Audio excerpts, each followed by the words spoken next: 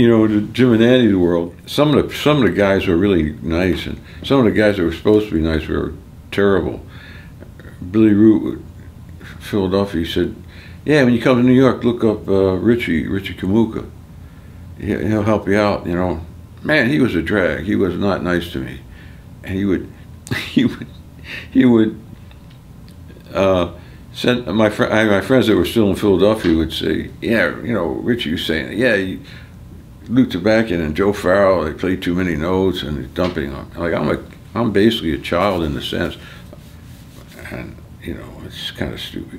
But anyway, but most of the guys are really nice.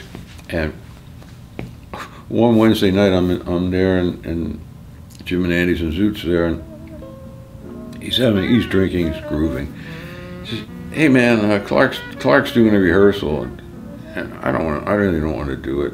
Why don't you go and do it?" So I go there, and it's Clark Terry's all-star band, and his saxophone section was Phil Woods,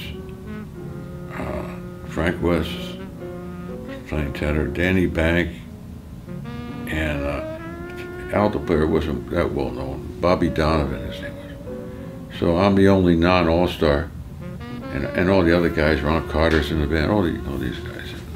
So next week I would make it a point to be at the same, Jim and Andy's the same time and the same, you know, and Zoot would do the same thing.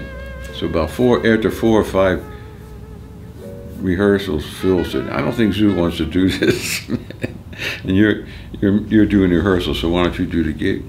And that was my first kind of situation in some kind of reality that was you know, important. And the lesson I learned, I was in the middle of not knowing how I wanted to play, in a sense, and I'm playing, and I'm realizing there's something wrong with what I'm doing. You know, I'm like, not really. There's something wrong. What? And I'm trying to analyze. Nobody said anything. Like Phil didn't say, "Hey man," like I'm talking about solos basically. I wasn't a great reader, but I could follow, so that wasn't a problem. And I just realized, and I said, you know what? I'm going to listen to Clark, and I'm going to try to get kind of grow out of his concept. So when I start a solo, I'm not saying, "Here I am, take it or leave it." You know, I'm going to kind of grow out of the feeling, try to create a Zen reality. And that changed a lot of, that was very important, because every time I went on different situations, I wouldn't change. I would just kind of like try to become one with the environment that I was in. And then you start out that way, and then you can kind of take it to a certain place if you want to. But I thought it was an important lesson. I tried to tell that to a noted tenor player was playing with his group, and I said, "Man, you can't do that." And it was a straight ahead group, and all of a sudden he just goes out. I said, you can't do that. You have to grow out of the music. You can't impose yourself on the music."